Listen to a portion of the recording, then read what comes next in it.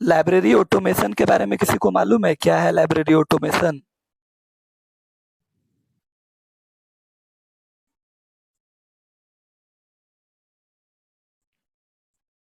हाँ, manual work को जब हम लोग कंप्यूटराइज्ड में कर देते हैं तो वो लाइब्रेरी ऑटोमेशन कहलाएगा, लेकिन आप इतना सिंपल सा तो वहां नहीं ना लिखिएगा। उसको लिखने का तरीका ऐसे देखिए, ऐसे लिखना होगा, library automation is the general term for information communication technology that are used to replace manual system in the library. ये एक अच्छा सा डेफिनेशन हुआ कि नहीं?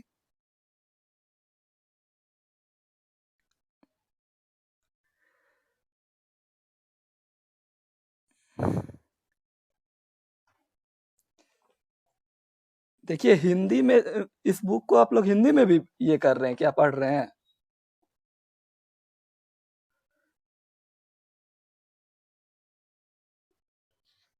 हिंदी तो एग्जैक्ट पूरा टर्म को हम नहीं बता सकेंगे, पूरा हिंदी, क्योंकि हम तो इंग्लिश मीडियम में एग्जाम दिए थे। लेकिन बस ये समझिए, मैनुअल वर्क को जब कंप्यूटराइज्ड में करते हैं, अब इसको हिंदी में क्या लिखिएगा? जब हस्तलिखित काम को इतना शुद्ध हिंदी तो आप लोग लिखिएगा नहीं। हिंदी वाले कुछ अपना बुक वगैरह रखे हैं?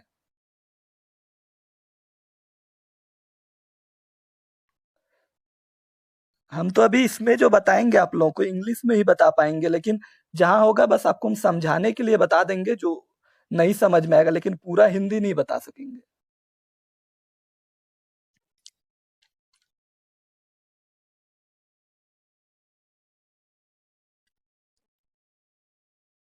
ठीक है, तो लाइब्रेरी ऑटोमेशन का कॉन्सेप्ट क्या है?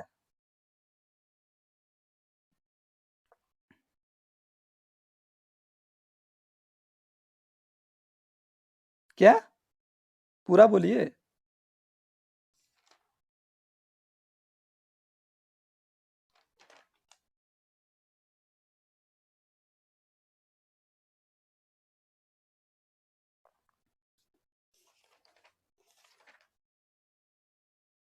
बोलिए, कौन बोल रहे थे कुछ ना? ठीक है, फिर हम ही बोलते हैं। देखिए, पहला चैप्टर जो है उसमें इम्पोर्टेंट है ऑटोमेटेड लाइब्रेरी सिस्टम। पहला चैप्टर में व्हाट इज लाइब्रेरी ऑटोमेशन, ये आ सकता है।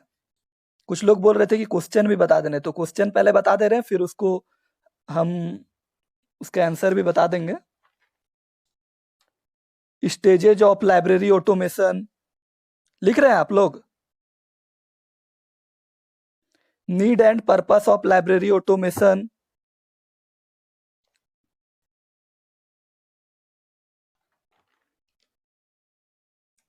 उसके बाद automated versus digital library system,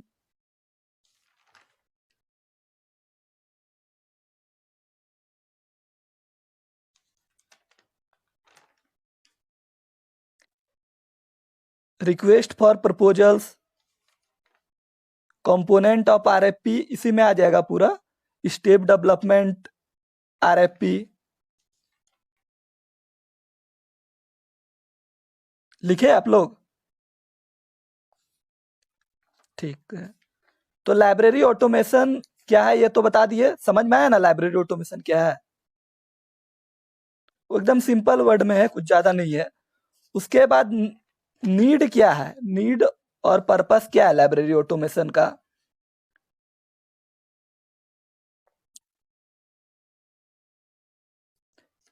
manual work को कंप्यूटराइज्ड में करना, ऐसे एक अच्छा सा डेफिनेशन लिखना चाहते हैं तो मेरे पास एक डेफिनेशन लिखा हुआ है। Library automation is the general term for ICT that are used to replace manual system in the library. Need and purpose of library automation, इसका नीड, कोई भी चीज का नीड होता है तो ही ना लाया जाता है। देखिए, फर्स्ट नीड ये है, increase the efficiency of library staff, improve the quality and speed of effective service। आवाज क्लियर है ना?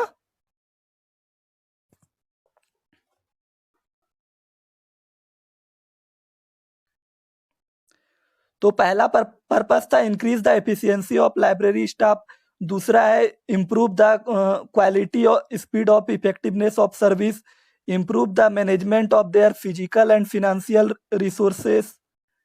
ये सब पॉइंट सबको भी डील कर दें क्या? कैसे?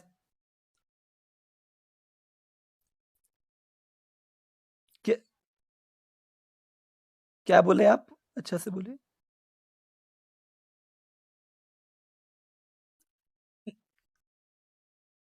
एग्जाम रिलेटेड पढ़ा रहे हैं, जो मतलब एग्जाम में आ ही जाएगा।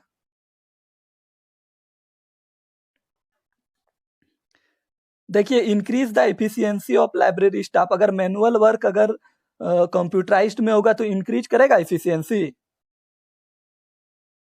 दूसरा, improve the quality and speed of effectiveness of service, जो काम हम लोग हाथ से करते हैं अगर वो काम अगर कंप्यूटराइज्ड होगा, कंप्यूटराइज्ड अगर वो काम होगा तो स्पीड अच्छा रहेगा, स्पीड रहेगा ना, मैनुअल से ज्यादा स्पीड रहेगा। मैसेज कोई भी नहीं करें क्योंकि फिर हमको बैक जाना पड़ता है, ठीक ना, मैसेज अभी मत करें। Improve the management of their physical and financial resources, वो अपना फिजिकल जो मतलब मैनुअली वर्क जो कर रहा था और कंप्यूटराइज्ड करेगा तो वो ज़्यादा इम्प्रूव रहेगा। और providing the wider range of user, user को वाइडर रेंज रहेगा। हेल्पिंग सर्च मटेरियल, उसको ऑनलाइन भी मतलब मटेरियल सर्च कर सकता है। Providing up to date, easily update दे सकता है कि नहीं?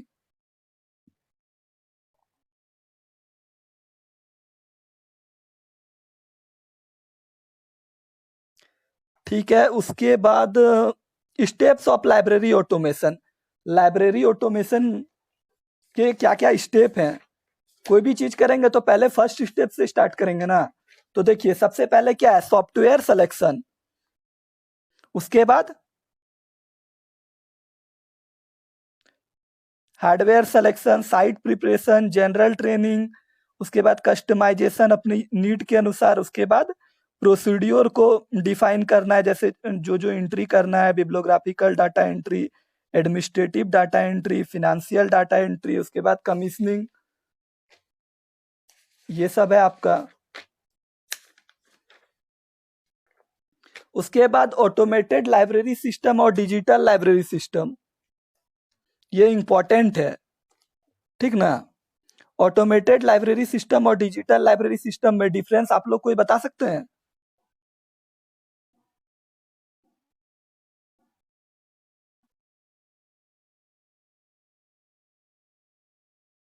हाँ।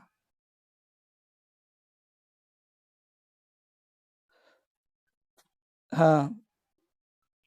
और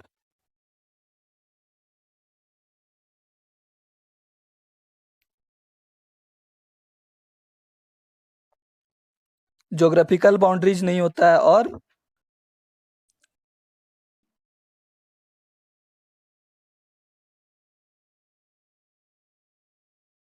ऑटोमेटेड कंप्यूटर के और डिजिटल, ये तो नहीं पॉइंट बना। चलिए, दो पॉइंट जो इन लोगों ने कहा दोनों सही है, आप लोग लिख लीजिएगा या समझ लीजिए। उसके बाद देखिए, ऑटोमेटेड लाइब्रेरी जो है जेट 39.50 स्टैंडर्ड पर वर्क करता है, और डिजिटल लाइब्रेरी जो है वो OA8 PMH और मेटा डाटा हार्वेस्टिंग पर वर्क करता है। उसके बाद ऑटोमेटेड लाइब्रेरी जो है वो सपोर्ट करता है standard mark 21 CCF document description के लिए। और डिजिटल लाइब्रेरी जो है वो डुबलिन कोर, लॉम, GLS, ये सब स्कीम्स है रिसोर्स डिस्क्रिप्शन के लिए। और एक ग्लोबल वाला आप लोग पॉइंट बता ही दिए।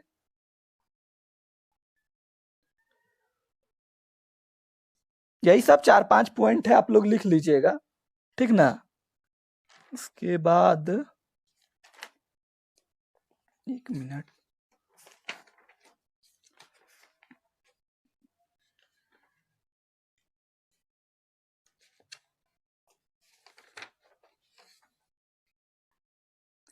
बार बार रिक्वेस्ट है। Request for proposal, RFP. RFP क्या है?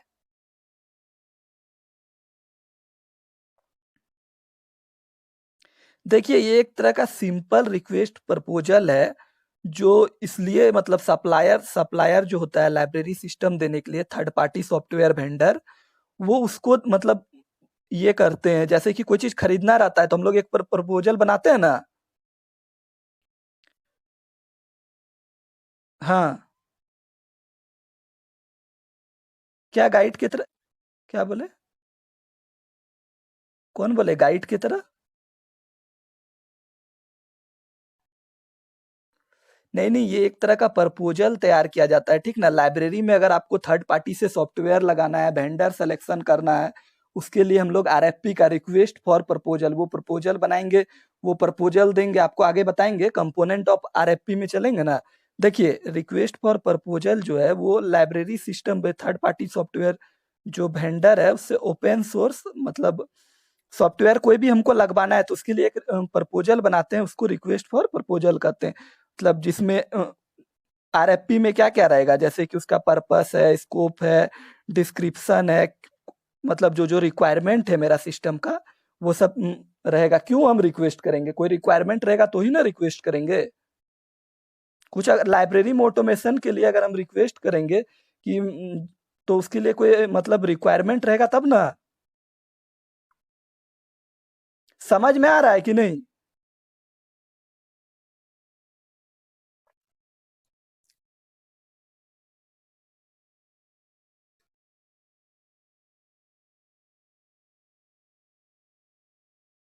नहीं, लाइब्रेरी में सॉफ्टवेयर थर्ड। हाँ, आप जो बोल रहे हैं बोलिए बोलिए लक्ष्य।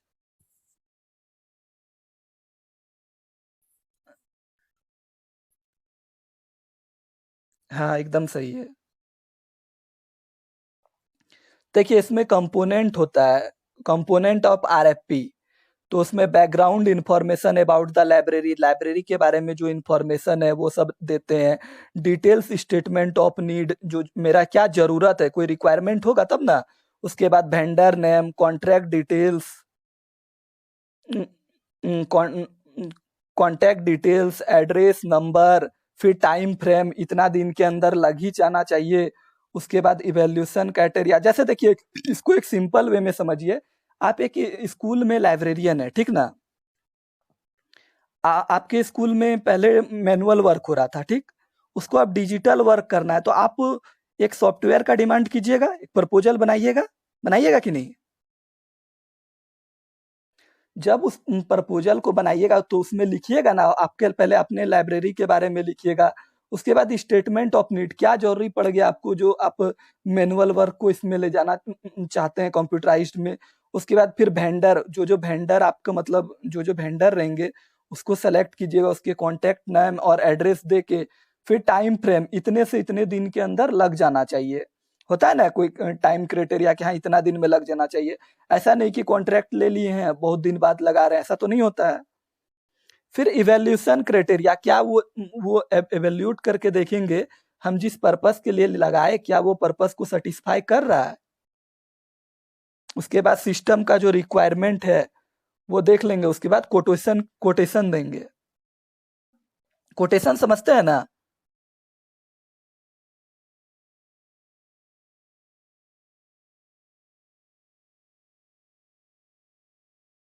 एकदम एकदम सही।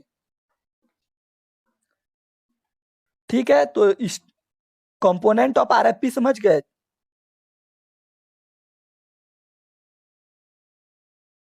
जो नहीं समझे उनसे पूछ रहे हैं। देखिए, कोटेशन अगर कोई भी चीज, जैसे कि आपको कोई जैसे आप 50 कंप्यूटर का आप किसी को ऑर्डर देते हैं, ठीक ना। तो वो आपको पहले एक कोटेशन प्राइस मेल करेगा कि हाँ इतना, मतलब आप बजट एक तरह से समझ सकते हैं। वो आपको उतना बजट मेल करेगा कि इतना में आपका हो जाएगा। उसमें आप फिर निगोशिएबल भी हो सकता है, उसको आप कम और बेसिक भी करा सकते हैं। Which topic is going on? Chapter 1 है 2 to 9 का। ठीक ना, कोटेशन समझ में आया लक्ष्य? ठीक है, फिर स्टेप्स इसमें देखिए, स्टेप्स आरएफपी के डेवलपमेंट में कौन कौन सा आता है। आप लोग अगर कोई बुक खोलें तो बुक में भी है ये स्टेप्स बता रहे हैं कितना पेज नंबर में होगा। हाँ, पेज नंबर 32 में।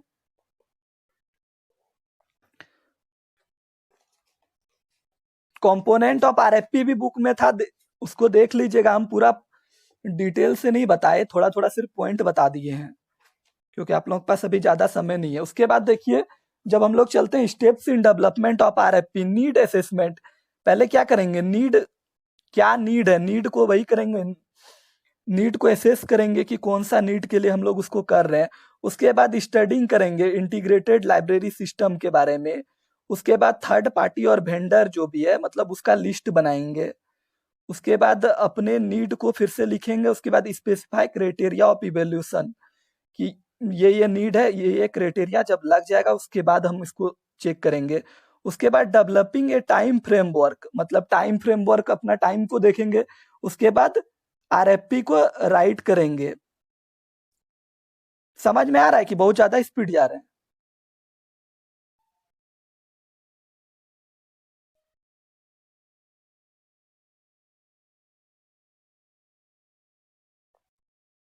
ठीक ठीक है। सबमिटिंग करेंगे उसको लीगल ऑफिस में, जो मतलब जहां से हम लोग को फंड्स मिलेगा। उसके बाद उसके अनुसार लीगल ऑफिस अगर कोई तरह का चेंजेज करते हैं तो वो चेंजेज करके उसके बाद वेंडर को प्रपोजल देंगे। उसके बाद रिसीव करेंगे प्रपोजल वेंडर वेंडर वेंडर से। उसके बाद इवेल्यूट करेंगे, मतलब जो पैरामीटर मेरा लाइब्रेरी का है उसके अनुसार। उसके बाद वेंडर को शॉर्टलिस्ट करेंगे, जो वेंडर मेरे नीड को सेटिस्फाई करते होंगे मेरे बजट के अनुसार, उसको शॉर्टलिस्ट करेंगे। उसके बाद रिक्वेस्ट करेंगे डेमो के लिए, कोई भी चीज खरीदेंगे तो उसका एक डेमो तो देखेंगे। उसके बाद परचेजिंग या कमीशनिंग, इसको मतलब जो हम लोग पेमेंट करेंगे ना उसके बारे में करा है। उसके बाद प्रिपेयर करेंगे फाइनल कॉन्ट्रैक्ट और इम्प्लीमेंट करेंगे सिस्टम को। यही है आरएफपी, डेवलपमेंट ऑफ आरएफपी। उसके बाद हम लोग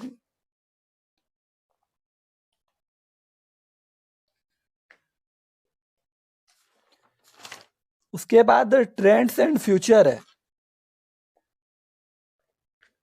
ऑटोमेटेड लाइब्रेरी सिस्टम का। देखिए, ट्रेंड्स और फ्यूचर मतलब अभी जो चल रहा है और उसको मतलब फ्यूचर जो ग्रोथ है उसके बारे में बताया जा रहा है यहाँ पर। तो जैसे ये देखिए, पहला सर्विस ओरिएंटेड है, इंटीग्रेटेड लाइब्रेरी सिस्टम। उसके बाद क्लाउड बेस्ड लाइब्रेरी ऑटोमेशन है। क्लाउड बेस्ड समझते हैं?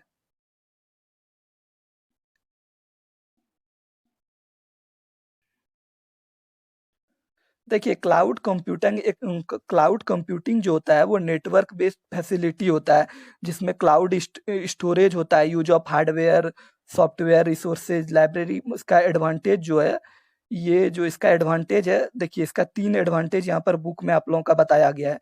Using ILS available in remote server through web browser, कोई तरह का इंस्टॉलेशन का जरूरत नहीं है, उस स्टोरेज से हम लोग वर्क कर सकते हैं। वेब ओपेक को हम लोग इंटरफेस अरे अभी भी रिक्वेस्ट, एक मिनट रुकिएगा। ठीक है।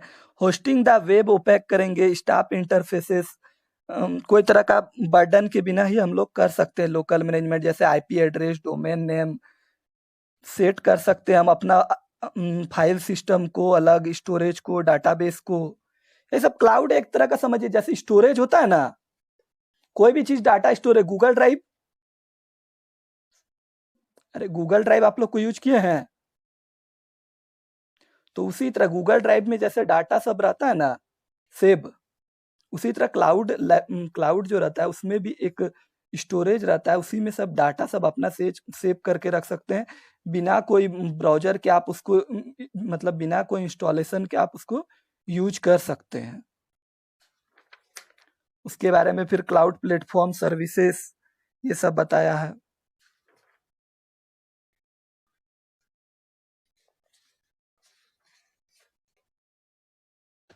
उसके बाद फिर लिंक्ड ओपन डाटा है। आप लोग लगता है कुछ भी नहीं पढ़े हैं 229 में ना?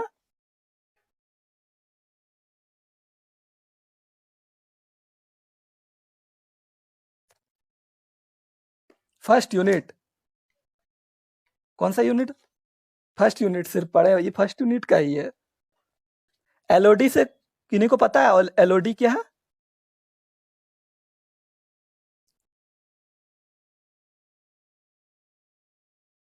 आ? हाँ, लिंक्ड ओपन डाटा, सही बोले गौरव। देखिए, लिंक्ड ओपन डाटा जो है ना, वो रेफर्स करता है publishing and connecting structure of data. जैसे वेब हम लोग यूज करते हैं ना पब्लिक डोमेन में, यहाँ पर थ्री की टेक्नोलॉजी सपोर्ट करता है एलओडी। जैसे उसमें हो गया यूआरएल, हो गया एचटीटीपी, हो गया और आरडीएफ, ये तीनों होता है, ठीक ना। URL, HTTP, RDF. HTTP, URL, ये सबसे आप यूआरआई, ये सबसे आप लोग ये हैं कि वो भी नहीं पता है फुल फॉर्म?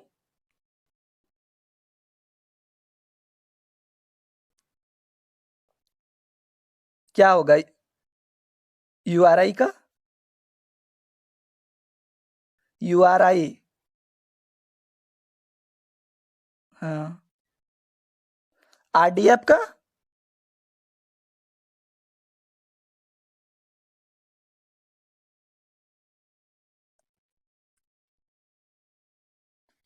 ठीक है।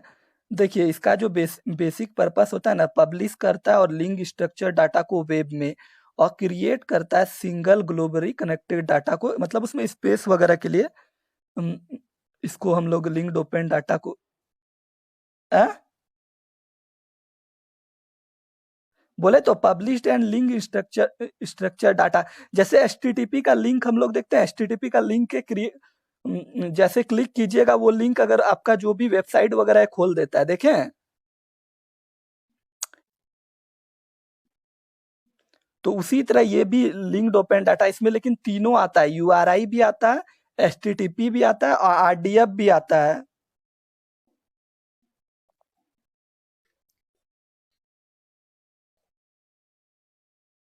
फिर देखिए, नेक्स्ट है web scale library management. Web scale जो लाइब्रेरी मैनेजमेंट, वो भी क्लाउड बेस्ड सर्विस है, ठीक ना। ओसीएलसी, ओसीएलसी क्या है?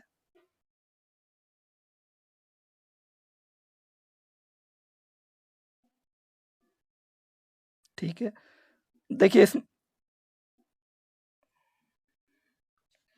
देखिए, web web scale library management जो है, वो service essential cloud based service होता है। उसके बाद ये सर्विस में जो लाइब्रेरी मैनेजमेंट, जो जिसको मतलब शेयरिंग डाटा वगैरह इंफ्रास्ट्रक्चर वगैरह नहीं मिल रहा है, वो भी यहाँ से वर्ल्ड कैट होता है। वर्ल्ड कैट का नाम सुने हैं? जहाँ पर वर्ल्ड कैटलॉगिंग वेबसाइट, असाइनमेंट बनाने वक्त आप लोग खोले होंगे, कोई खोले ही थे कि नहीं?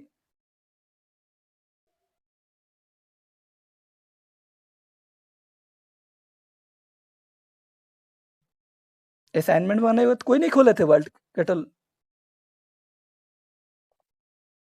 अच्छा, चलिए ठीक।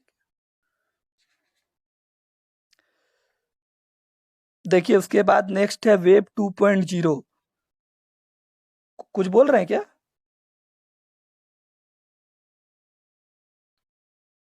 देखिए, वेब 2.0 यहाँ पर तो इम्पोर्टेंट उतना नहीं है, लेकिन आगे वेब 2.0 आपको आएगा भी, 2 to 4 में भी है ये, आ भी सकता है वेब 2.0।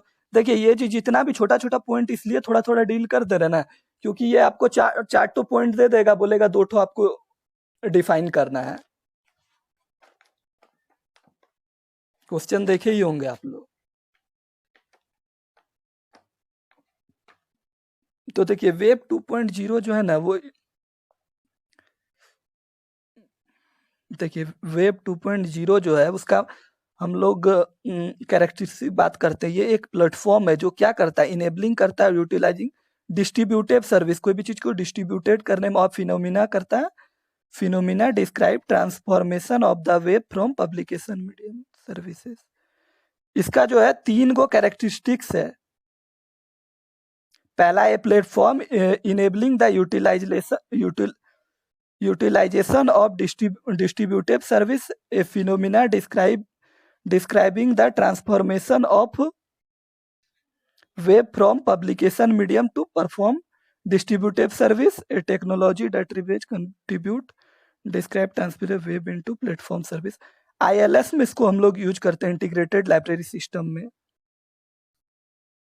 इंफॉर्मेशन मैसअप,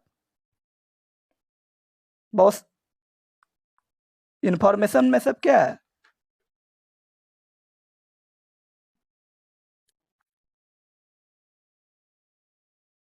क्या होता है?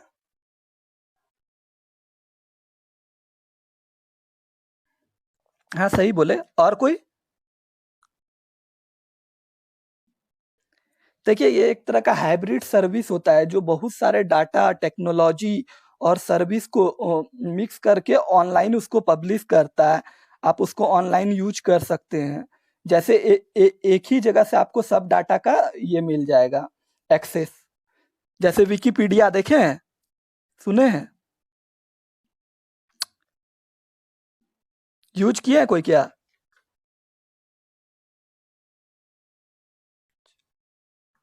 क्या है विकिपीडिया?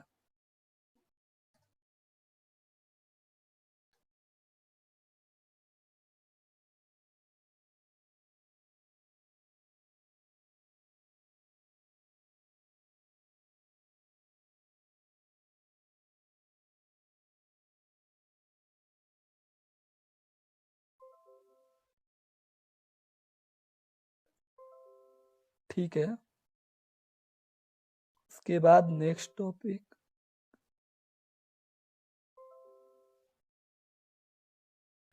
नेक्स्ट है ओपेक। ओपेक के बारे में तो सब जरूर पढ़े होंगे।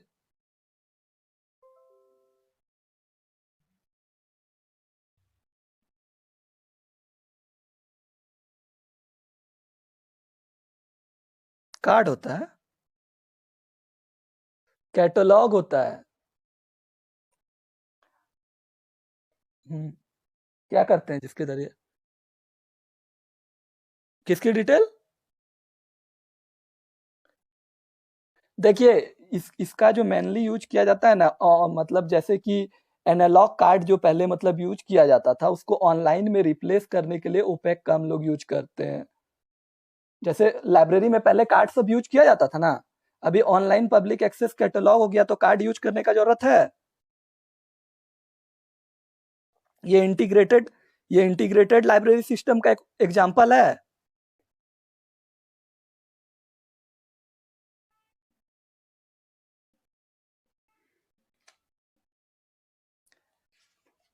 और भी बहुत सारा इसमें दिया हुआ है, लेकिन और सब इंपॉर्टेंट नहीं है, ठीक ना। उसके बाद हम लोग चलते हैं 14 नंबर, इंटेरोपरेबिलिटी। इस टर्म से कोई वाकिफ है?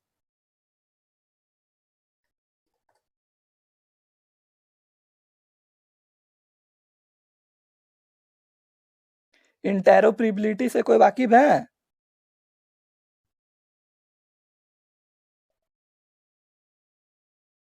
किन्हीं को कुछ पता है? हेलो?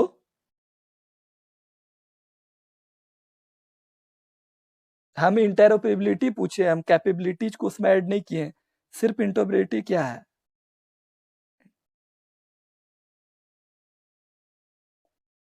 देखिए इंटेरोपरेबिलिटी से सबसे उसका सिंपल मीनिंग है ना, एबिलिटी।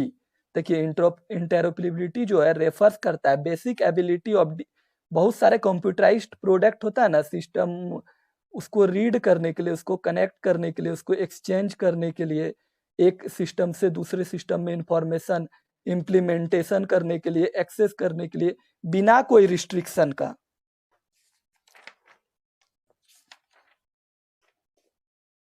समझ में आया?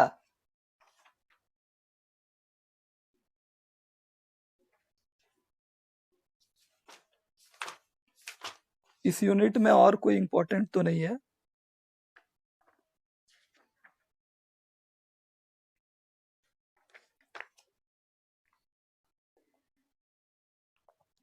नेक्स्ट हम लोग चलते हैं लाइब्रेरी ऑटोमेशन प्रोसेस।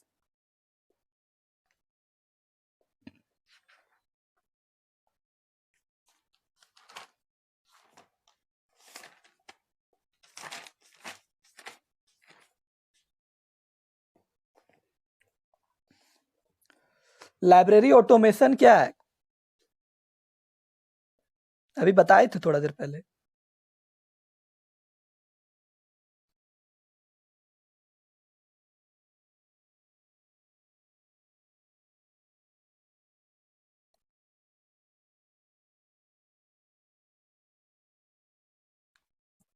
हम्म,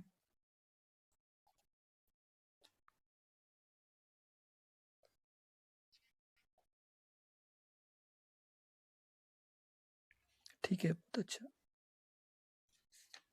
और सब नहीं सुने थे लगता है। सब देखिए, इसमें जो है सबसे पहला वर्क फ्लो एक्विजिशन, सर्कुलेशन सब सिस्टम इन आईएलएस, इसमें ये इंपॉर्टेंट है। पहले थोड़ा थोड़ा इसको भी बता देते हैं। लाइब्रेरी वर्क फ्लो, जो लाइब्रेरी में जो हाउसकीपिंग ऑपरेशन है, जो अभी ये अभी भी ऐड होने के लिए, सब 1 मिनट रुकिएगा।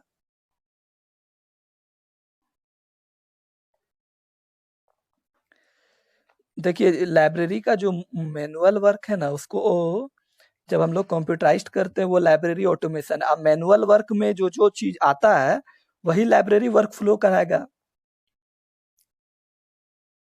कराएगा ना।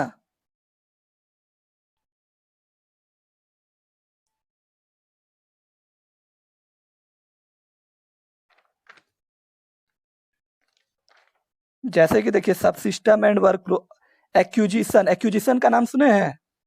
क्या है एक्यूजिशन?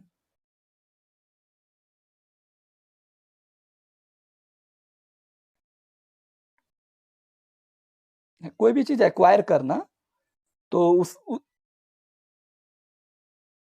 कोई भी चीज एक्वायर करते हैं, जैसे लाइब्रेरी में बुक्स, डॉक्यूमेंट, ये सब कहीं से हम लोग एक्वायर करते हैं ना, तो उसके लिए जो जो भी जितने भी प्रोसेस होते हैं, वो सब पहले कैसे होता था? पहले क्या कहता है, मैनुअल टाइप्स में होता था। अब जब से मतलब इंटीग्रेटेड लाइब्रेरी सिस्टम आ गया, तब से वो सब कंप्यूटराइज्ड रूप में हो रहा है। जैसे कि देखिए, प्रोसीड्यूर्स इन एक्विजिशन सब सिस्टम, सेलेक्ट सेलेक्ट करना, फिर ऑर्डर करते हैं हम लोग, रिसीव करते हैं, फिर एक्सेशन। एक्सेशन पता है क्या है?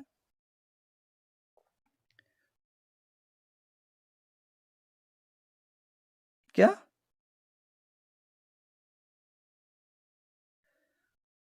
देखिए, कोई भी स्टॉक को हम, जैसे कि लाइब्रेरी के लिए बुक स्टॉक हुआ ना, तो उसको हम लोग मेंटेन करने के लिए सब बुक को एक नंबर देते हैं। वो यूनिक नंबर होता है, और हर लाइब्रेरी में एक बुक का नंबर अलग अलग हो सकता है। जैसे आप अपने लाइब्रेरी का स्टार्टिंग किए, जैसे 2000, टू जैसे 2000 से आप लोग स्टार्ट किए अपने बुक का, तो 2000 001 करके स्टार्ट किए, तो कोई हो सकता है कुछ और से स्टार्ट करे, कोई अपने स्कूल का नाम से। लेकिन ये स्टॉक मेंटेन के लिए, जैसे कि कोई परचेज करके कोई बुक आया, या फिर कहीं से एक्सचेंज करके बुक आया, या फिर गिफ्ट से बुक आया, वो सबको हम लोग जो रिसीव करने के बाद एक नंबर देते हैं, वो क्या कहलाता है? और इसमें रिसीव, ऑर्डर और सेलेक्ट, ये सब तो कोई टर्म नहीं है, सिंपल टर्म है। सबको समझ में आ रहा है ना? सेलेक्ट, ऑर्डर और रिसीव की डिफाइन कर दें। सबसे पहले हम लोग देखिए, एक्विजिशन सब सिस्टम में सबसे पहले हम लोग जो मटेरियल का हम लोग को आवश्यकता है उसको सेलेक्ट करते हैं, उसके बाद उसको ऑर्डर करते हैं, उसके बाद ऑर्डर रिसीव किए, उसके बाद एक्सेशन नंबर। फिर दूसरा है प्रोसेसिंग सब सिस्टम। जब अब मेरे पास बुक आ गया, उसके बाद हम लोग क्या प्रोसीजर करेंगे? सबसे पहले क्या करेंगे? क्लासिफाई करेंगे। क्लासिफिकेशन, क्लासिफिकेशन करेंगे। वो कोई भी स्कीम से हो सकता है, डीडीसी से हो सकता है, यूडीसी से हो सकता है, एलसी से हो सकता है, सीसी से हो सकता है, या फिर एससी से हो सकता है। कोई भी स्कीम से हम लोग क्लासिफाई करेंगे। क्लासिफाई करने के बाद क्या करेंगे? कैटलॉगिंग करेंगे। आ? क्या बोले? आवाज आपकी कट रही है।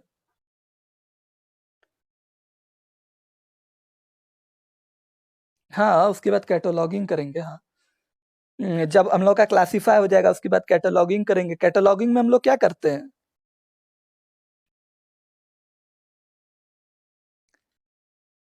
कैटलॉगिंग में क्या करते हैं?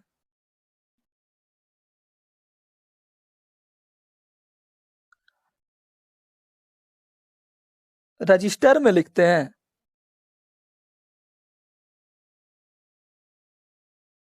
हाँ। क्या आइडेंटिफाई करते हैं? देखिए बिब्लोग्राफिक डिस्क्रिप्शन जो है ना उसका हम लोग लिखते हैं, जैसे ऑथर क्या है, टाइटल क्या है, पब्लिकेशन क्या है, नंबर ऑफ पेजेज क्या है। हाँ, और उसका कितना ट्रेसिंग सेक्शन है, फिर उसमें कौन सा एडेड एंट्री बनेगा, सब्जेक्ट क्या है, यही सब हम लोग करते हैं।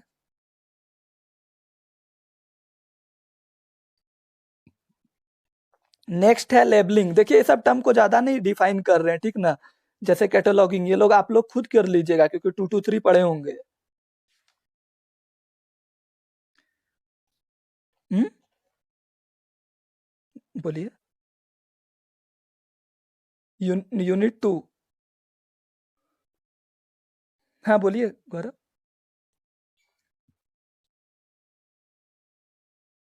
हाँ।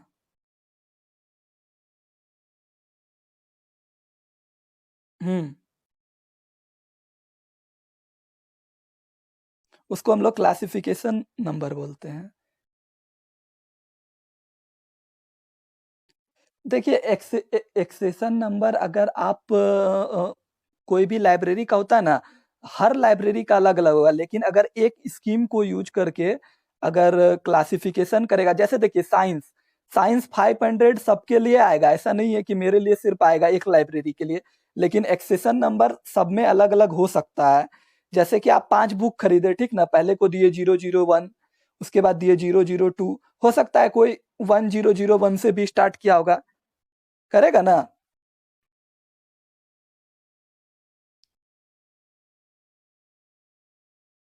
जिनका माइक ऑन है वो बंद कर लीजिए अगर कुछ पूछना नहीं है तो।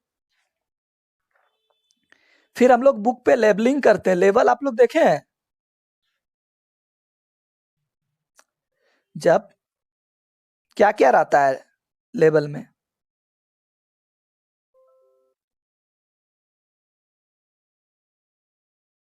लेबल में बुक का नेम और ऑथर वगैरह का है होगा। वो तो हम लोग कैटलॉगिंग में करते हैं। लेबलिंग में, हाँ, बारकोड हो गया, इस सबसे पहले स्पाइन लेबल होगा, उसके बाद ऑनरशिप स्लिप, जो मतलब उसके ये हैं जहां पर है। उसके बाद रबर स्टंप, उस पे मतलब स्टंप लगा हुआ रहता है, ठीक ना। उसके बाद डेट स्लिप रहेगा, और वो बुक पॉकेट के अंदर कार्ड रहेगा। उसके बाद बुक कार्ड होता है। ये 4-5 चीज रहता है, लेकिन लेबलिंग में आप 2-3 चीज भी लिखिएगा तो कोई दिक्कत नहीं है, क्योंकि वहां पर पेज बहुत कम रहता है।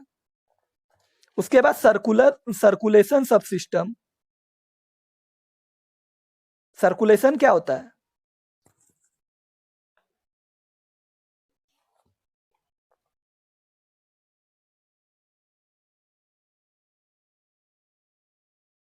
हाँ, तो जैसे हाँ, लेकिन पहले देखिए इसमें सिर्फ जितना चीज आप लोग उसमें थ्योरी में पढ़े हैं ना, जो मतलब मैनुअल वर्क को, उसी को सिर्फ ऑटोमेशन में करके बताया। सर्कुलेशन सब सब सिस्टम, जैसे बुक का इशू होगा, रिटर्न होगा। उसके बाद सीरियल सीरियल कंट्रोल सब सिस्टम। सीरियल कंट्रोल क्या होता है? सीरियल क्या होता है पहले ये बताइए।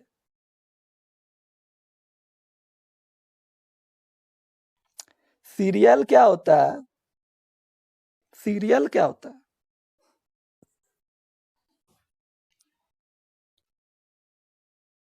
है सिमिलर चीज, लेकिन होता क्या है सीरियल?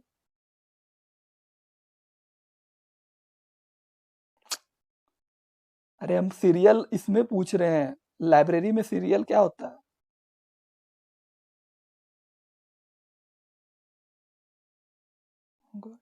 देखिए जो भी चीज एक टाइम पीरियड में पब्लिश होता है।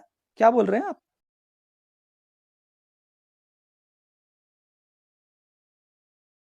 अरे ये तो आप फॉर्म बता रहे हैं क्या मतलब, लेकिन हम पूछ रहे हैं क्या होता है। अगर क्या होता है तो मतलब उसको डिफाइन करना है।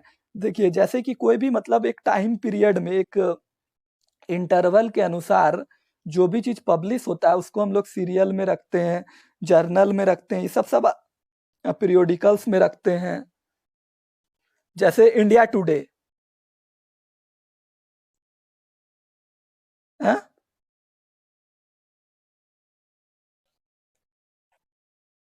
आप माइक ऑफ कर लीजिए।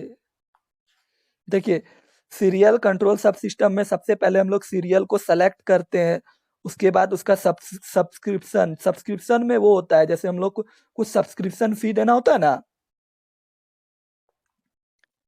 उसके बाद उसके टर्म्स एंड जो प्रोक्यूरमेंट होता है उसको देखते हैं, उसके बाद फिर वेंडर को देखते हैं, उसके बाद ऑर्डर करते हैं, उसके बाद पेमेंट एडवांस में देते हैं, रिसीव करते हैं, रजिस्ट्रेशन। कार्डेक्स एक सिस्टम है, कार्डेक्स सिस्टम आप लोग पढ़े होंगे 226 में, कोई पढ़े थे?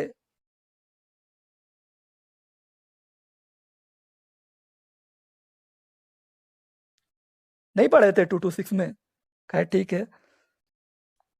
देखिए, हैं? पता नहीं, हम जिनको बताए थे वो है कि नहीं, नहीं है शायद अभी क्लास में। ठीक है। देखिए, इसमें फिर रिसीव करते हैं रजिस्ट्रेशन को, फिर सेंड रिमाइंडर भेजते हैं। अगर कोई तरह का पेमेंट इशू वगैरह होता है, कोई तरह का एडजस्टमेंट या फिर कोई तरह का मिसिंग हुआ, उसको रिमाइंडर, उसके बाद लिस्ट प्रिपेयर करते हैं, जितना लोग उसको मतलब सब्सक्राइब किए सबको, और उसके बाद बाइंडिंग करके उसको भेज देते हैं आर्टिकल। नेक्स्ट है मेंटेनेंस ऑफ सब सिस्टम। मेंटेनेंस क्या होता है?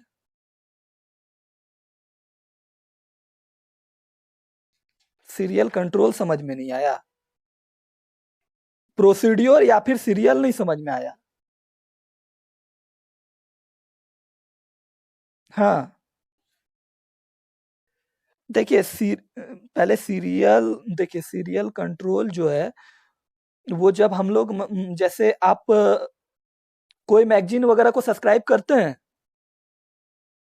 तो बहुत सारे लोग लाइब्रेरी में, तो एक आदमी सिर्फ आप ही नहीं ना सब्सक्राइब कीजिएगा, बहुत सारे लोग मैगजीन्स को सब्सक्राइब करेंगे ना, तो सबके लिए सिलेक्शन जो पहले मतलब प्रोसीड्योर करेंगे, वो पहले सेलेक्ट करेंगे सीरियल को, उसके बाद उसके सब्सक्रिप्शन मोड, कौन सा मोड में उसको उनको सब्सक्राइब करना, ऑनलाइन लेना है या फिर ऑफलाइन लेना है, उसके बाद formulation of term and procurement, उसके बाद सेलेक्ट करेंगे वेंडर। ऐसा तो नहीं है कि किसी और से मतलब ले लेंगे, उसके बाद ऑर्डर करेंगे। यहां तक समझ में आया आपको? हाँ? किसके फंक्शन? सीरियल कंट्रोल का कोई फंक्शन थोड़ा होगा, वो तो प्रोसीड्योर है। आप मतलब जैसे लाइब्रेरी में आप, यही चीज आप लिख दीजिएगा जो अभी बता रहे हैं, सिलेक्शन ऑफ सीरियल, प्रोसीड्योर रहे, फंक्शन रहे, फंक्शन रिक्वायरमेंट जहाँ रहे, ठीक ना? सिलेक्शन, देखिए सिलेक्शन ऑफ सीरियल करेंगे, सिलेक्शन आप कौन से मोड में सब्सक्राइब कर रहे हैं, ऑनलाइन कर रहे हैं या फिर ऑफलाइन कर रहे हैं, उसके बाद formulation of terms of procurement, selection of vendor, vendor को सेलेक्ट करेंगे, उसके बाद ऑर्डर करेंगे, उसके बाद एडवांस पेमेंट। एडवांस पेमेंट लगता है ना, आप लोग कोई ऑनलाइन मैगजीन वगैरह सब्सक्राइब किए हैं?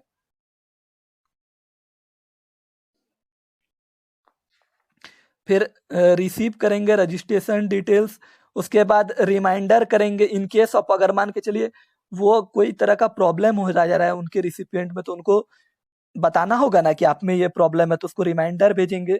उसके बाद एडजस्टमेंट करेंगे, एडवांस पेमेंट अगर कोई तरह का इशू हो रहा है। फिर लिस्ट जो लिस्ट की है या फिर न्यू अराइवल्स है, वो यूजर्स को भेजेंगे, और बाइंडिंग एक्सेसनिंग करेंगे। यही सब है। समझ में आया अब आपको? इतना इतना प्रोसेस आप नहीं भी लिखिएगा ना, तो कम से कम 4 या 5 गो दिमाग में रखना है और लिख लेना है, क्योंकि हम भी एग्जाम दिए तो हमको मालूम है कि सब वहां पर याद नहीं आता है।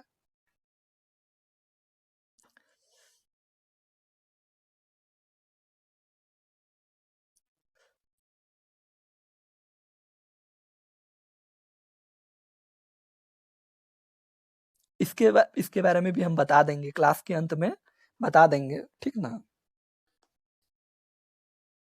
जितना भी डाउट आप लोगों को होगा सब आप लोग पूछ लीजिएगा।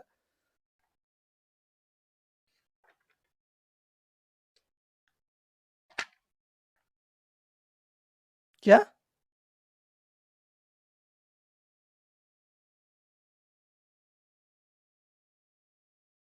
भाई क्लास कर लो, उसके बाद नोट्स का सोचना।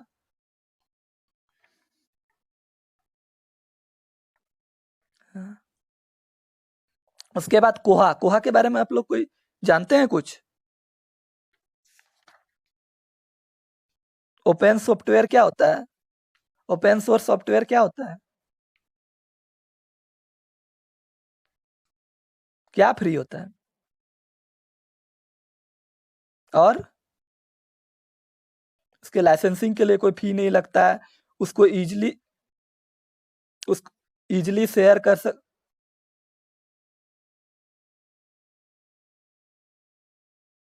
और आपको तो बहुत चीज बताएं, सब याद है कि नहीं?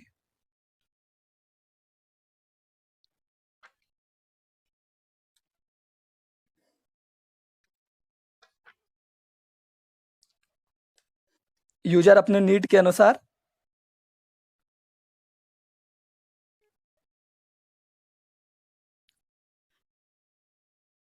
ठीक है।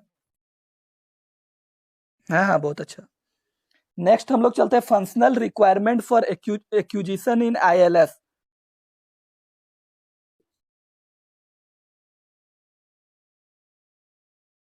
2.3.1 एक्यूजिशन सब सिस्टम इन आईएलएस। कोहा के बारे में यहाँ पर आपको बस छोटा सा इंट्रोडक्शन दिया है। कोहा के बारे में आपको हम यूनिट 3 में पढ़ाएंगे, ठीक ना?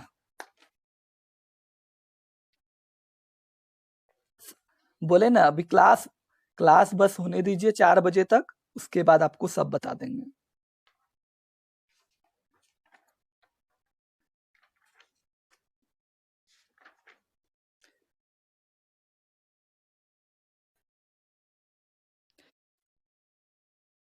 हाँ, देखिए, इसमें जब हम लोग एक्विजिशन करेंगे, सबसे पहले प्री एक्विजिशन वर्क। अगर खरीदने से पहले भी तो कोई काम होगा, जब तक आप एक्विजिशन करेंगे उससे पहले भी तो आपको वर्क कुछ करना होगा। सबसे पहले क्या करते हैं उसमें हम लोग, creation of master file for supplier. कौन कौन से सप्लायर है, या vendor name, vendor address, vendor का पिन कोड वगैरह, ये सब मतलब, और भी जो वेंडर है, वेंडर कितना डिस्काउंट दे रहा है, वो सब लिस्ट बनाते हैं ना। उसके बाद फिर करेंसी कन्वर्सन। अगर आप जैसे कि बुक खरीद रहे हैं यूएस से, तो आपको करेंसी कन्वर्सन का भी ध्यान रखना होगा ना। वो रुपीज लेंगे क्या? उसके बाद फिर बजट बजट बनाना होगा।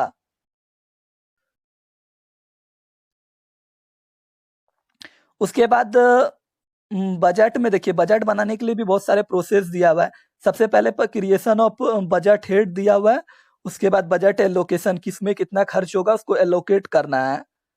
उसके बाद है आपका creation for letter format.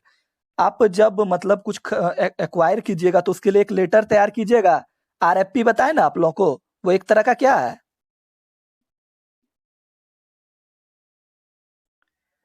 Letter तैयार कीजिएगा, जैसे अप्रूवल लेटर या फिर परचेज ऑर्डर लेटर, कैंसिल, या फिर ऑर्डर को आपको कैंसिल करना है या रिमाइंडर करना है, या फिर पेमेंट आपको बाद में देना है, इसके लिए एक लेटर तैयार करना होगा।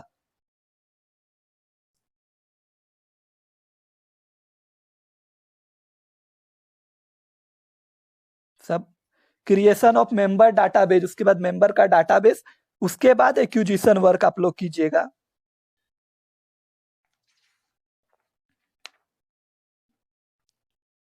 सब नहीं है क्या? हेलो। उसके बाद एक्विजिशन वर्क कीजिएगा, जो एक्वायर करना है, उसके बाद फाइनल कॉन्ट्रैक्ट बना के एक्वायर कर लीजिएगा। तो यही सब देखिए, जितना भी मैनुअल वर्क है ना, उसको हम लोग ऑटो लाइब्रेरी ऑटोमेशन में कंप्यूटर पे चढ़ाते हैं। तो आप लोगों को, जिनको जिनको मैनुअल वर्क का जानकारी होगा, वो आराम से इस बुक को आराम से ही कर लीजिएगा और अच्छे से एग्जाम भी दे दीजिएगा। प्रोडक्ट और एडवांटेज। अब इसका क्या क्या एडवांटेज है? ऑनलाइन वर्क होगा तो क्या क्या एडवांटेज होगा? सबसे पहले तो टाइम सेव होगा। उसके बाद ज्यादा चार्जेज भी नहीं लगेगा। लगेगा क्या? है। हाँ, कलर्कियल ऑपरेशन जो है वो कम हो जाएगा। और समय तो कम हो ही गया, यही सब है। हाँ,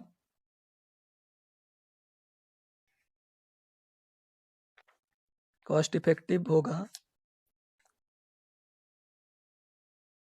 और अच्छा, यूजर्स के लिए आसानी से क्या मतलब है? यहाँ पर अगर आप एक्विजिशन कर रहे हैं, आप तो बुक परचेज कर रहे हैं, तो उसमें यूजर कहाँ से आ गया? नहीं नहीं, हम यहाँ पर पूछ रहे हैं, बुक अगर एक्वायर करेंगे तो उसमें तो फिर देखिए नेक्स्ट है authority control, functional requirement for authority control. Authority क्या होता है? Page number 65।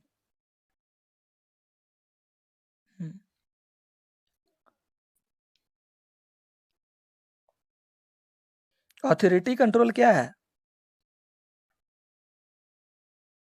किसी को पता है?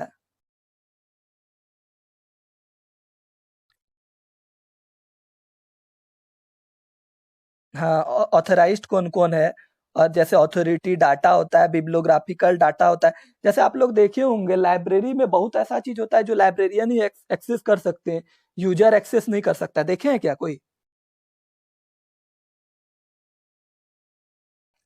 लाइब्रेरी में बहुत ऐसा चीज होता है जो यूजर को जो इंटरफेस दिखेगा और लाइब्रेरियन को जो इंटरफेस दिखेगा, लाइब्रेरियन को बहुत सारे चीज एक्सेस रहता है लेकिन यूजर को उतना चीज एक्सेस नहीं रहता है।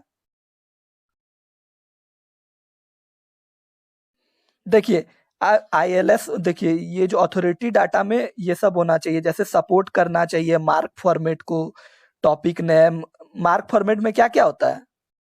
टॉपिकल नेम हो गया, हेडिंग हो गया, ऑथोरिटी फाइल हो गया, यूनिफॉर्म टाइटल सीरीज, ये सब चीज रहेगा, टाइटल ऑथोरिटी। उसके बाद फिर एक प्रोविजन रहना चाहिए सी और सी ऑल्सो का। आप लोग 2 to 3 में ये पढ़े होंगे, सी और सी ऑल्सो।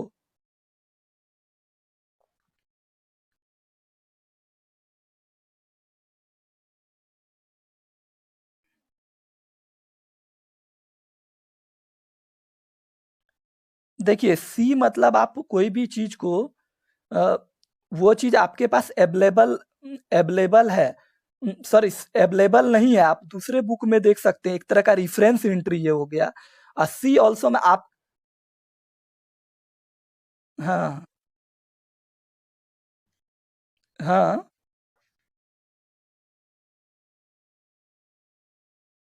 इसमें नहीं, इसमें देख सकते हैं। जैसे कोई भी राइटर का बुक रहता है तो उसके बारे में कुछ उसकी जीवनी वगैरह के बारे में दिखा है, तो वहां पर कहीं कहीं लिखा रहता है सी और सी ऑल्सो, ये एक तरह का रिफरेंस है, बस इतने समझिए अभी। उसके बाद must include provision multiple thesis ability. देखिए ये साइटेशन वर्क, ऑथोरिटी फाइल वॉलेशन, ये सब को सपोर्ट करता है। इसमें प्रोविजन होता है लोकल कैटलॉगिंग के लिए, global data, authority data. Authority data में ये सब आता है।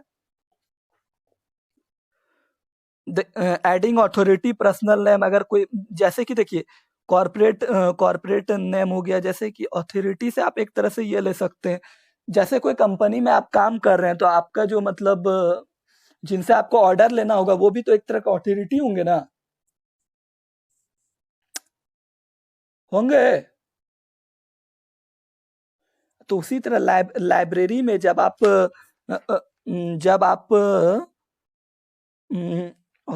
जब आप इंटीग्रेटेड लाइब्रेरी सिस्टम कीजिएगा तो वहां आपके जो मेन ऑथोरिटी रहेंगे वो सबसे आपको ये लेना होगा ना, क्या कहते हैं, ऑथोराइज्ड की यहाँ ये करना है, नेम ऑफ द ऑथोरिटी। देखिए कोआ आईएलएस में दिखाया हुआ है पेज 66 में। फिर नेक्स्ट हम लोग टॉपिक चलते हैं बिब्लियोग्राफिक कंट्रोल एंड इंटरऑपरेबिलिटी। देखिए the bibliographic record management capability of analysis should extend support. क्या क्या सपोर्ट करना चाहिए? मार्क 21 को सपोर्ट करना चाहिए। उसके बाद मार्क रिकॉर्ड लोडर होना चाहिए जो एक्सेप्ट कर सके input from various various media like tape, इस सब से। उसके बाद ग्लोबल एडिटिंग सपोर्ट करना चाहिए, डाटा फॉर्मेट सपोर्ट करना चाहिए, क्रॉस वॉक सपोर्ट करना चाहिए, XML, RDF, Dublin Core, meta data. Next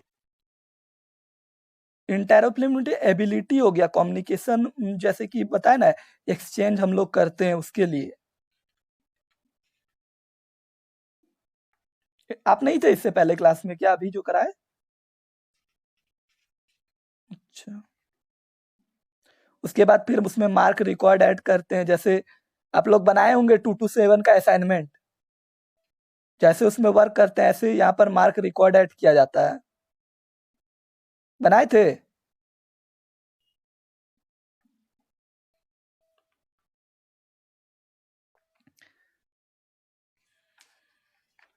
उसके बाद फिर वही ओपेक है, ओपेक के बारे में बता ही दिए हैं।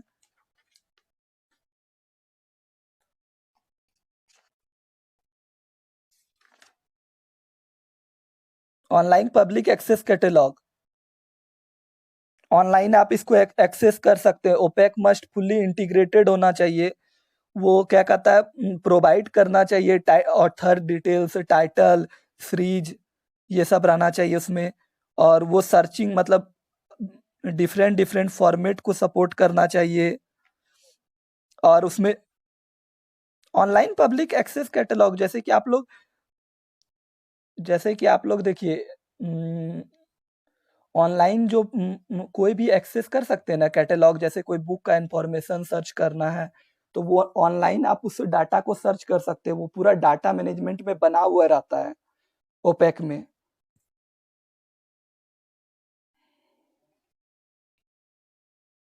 OPEC should support full and brief standard customized display of record.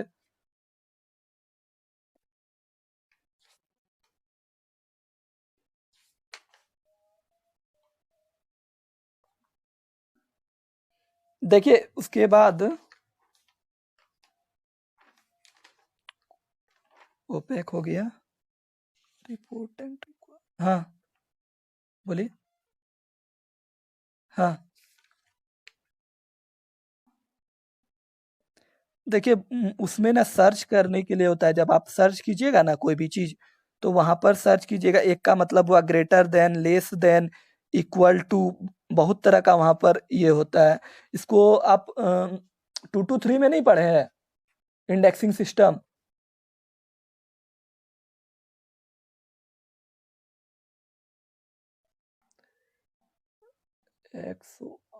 एक मिनट रुकिएगा।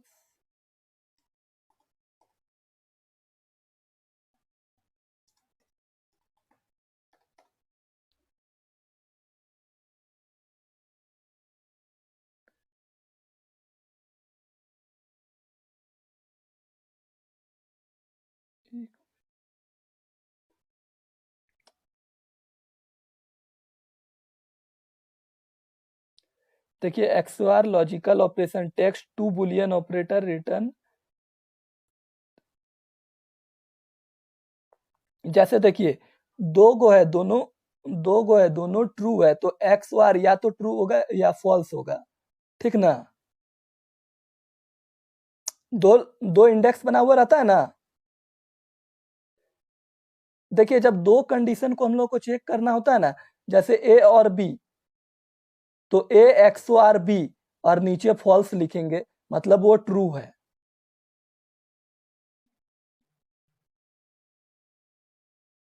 जैसे ए एक कॉलम ए का है, एक कॉलम बी का है, ए में भी ट्रू लिखा है, बी में भी ट्रू लिखा है, ठीक ना? तो अगर हम लोग तीसरा कॉलम XOR रहेगा तो उसमें फॉल्स लिखा रहेगा।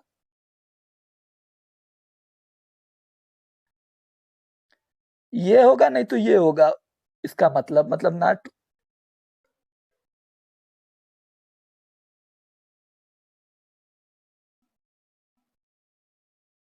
पता नहीं, दिया हुआ है बुक में तो ऐसा ही। XOR लॉजिकल ऑपरेशन है जो दो बुलियन ऑपरेटर के बिन return true if only one operator are different, have same value. जब टू कंडीशन को चेक करना है ना, तब हम लोग उसका यूज करते हैं। इतना भी उतना ज्यादा आपको यहाँ पर पढ़ने का जरूरत नहीं है, क्योंकि ठीक ना। उसके बाद हम लोग चलते हैं work flow of automated document processing. तो ऑटोमेटेड डॉक्यूमेंट प्रोसेसिंग दो मोड से होता है, एक तो होता है cataloguing data entry for newly acquire library material के लिए, और दूसरा होता है cataloguing data entry for existing library material. Newly मतलब कोई नया, मतलब लाइब्रेरी मटेरियल आया, उसके बाद जो पहले से है तो उसमें हम लोग पहले ऑथोरिटी डाटा मैनेजमेंट करते हैं। ऑथोरिटी डाटा मैनेजमेंट में ऑथोरिटी डाटा एंट्री रहेगा, जैसे नेम ऑफ द ऑथोरिटी रहेगा, सब्जेक्ट ऑथोरिटी रहेगा, टाइटल ऑथोरिटी रहेगा।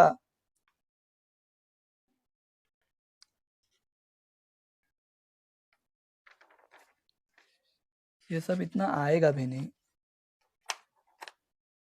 चलते हम लोग सीरियल कंट्रोल में चलते हैं लोग।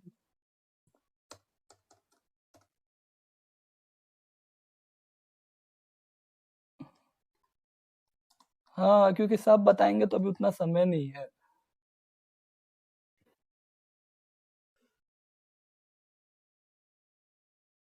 दो दिन। देखिए सीरियल उसके बाद हम लोग चलते हैं पेज नंबर 73। ये आ सकता है functional requirement for the serial control in ILS।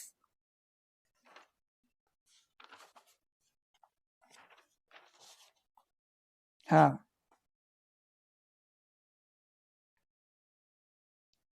कुछ पता है आप लोगों को इसके बारे में?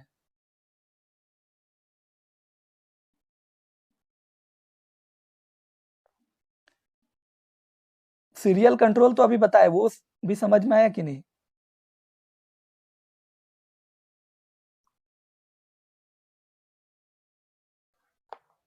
देखिए छोड़िए, इसका फंक्शनल रिक्वायरमेंट अभी कम समय है, इसको बस समझ लीजिए। Functional requirement for serial control in ILS, तो उसमें क्या क्या रिक्वायरमेंट होगा? पहले न्यू सब्सक्रिप्शन होगा, कोई नया आदमी है वो सब्सक्रिप्शन लेगा, या फिर रिन्यूअल ऑफ सब्सक्रिप्शन होगा, या कोई ऐसा भी है सब्सक्रिप्शन कैंसिल कर दे। सब्सक्रिप्शन समझ रहे हैं ना?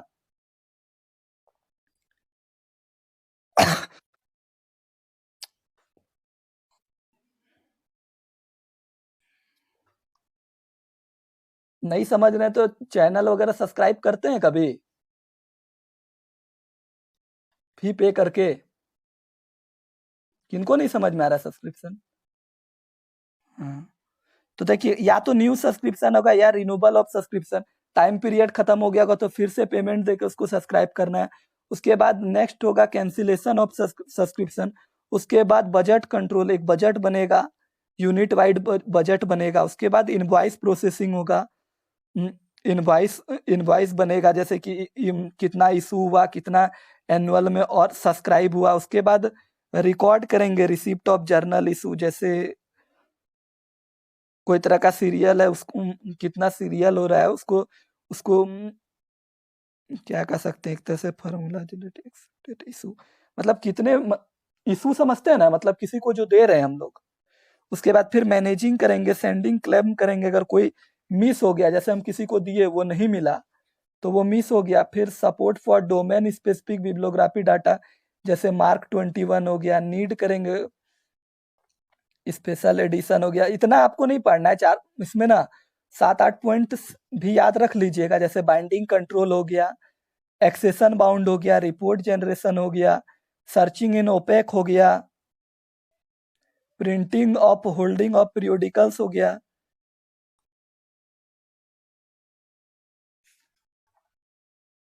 टेन इसमें कहाँ आता है? 4 और 5 मार्क्स का क्वेश्चन ही आता है, 4 मार्क्स और 5 मार्क्स का। 2 to 9 में 10 मार्क्स का कहाँ से आएगा?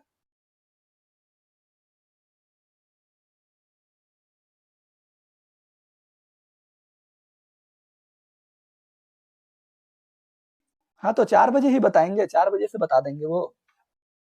अभी ये लेसन 2 कंप्लीट कर देते हैं, नहीं तो बता देते हैं आप लोग।